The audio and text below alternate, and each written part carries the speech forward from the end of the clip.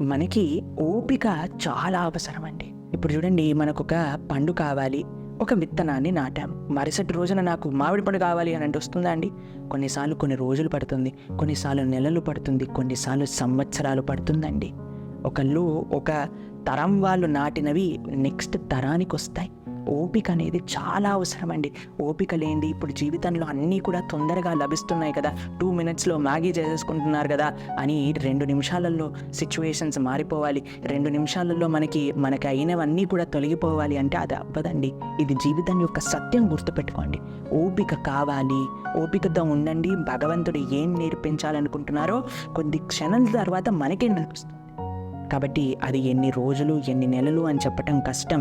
ఆ ఓపిక నేర్చుకోవాలి. నేర్చుకున్న వాళ్ళే జీవితంలో నెగ్గగలుగుతారు.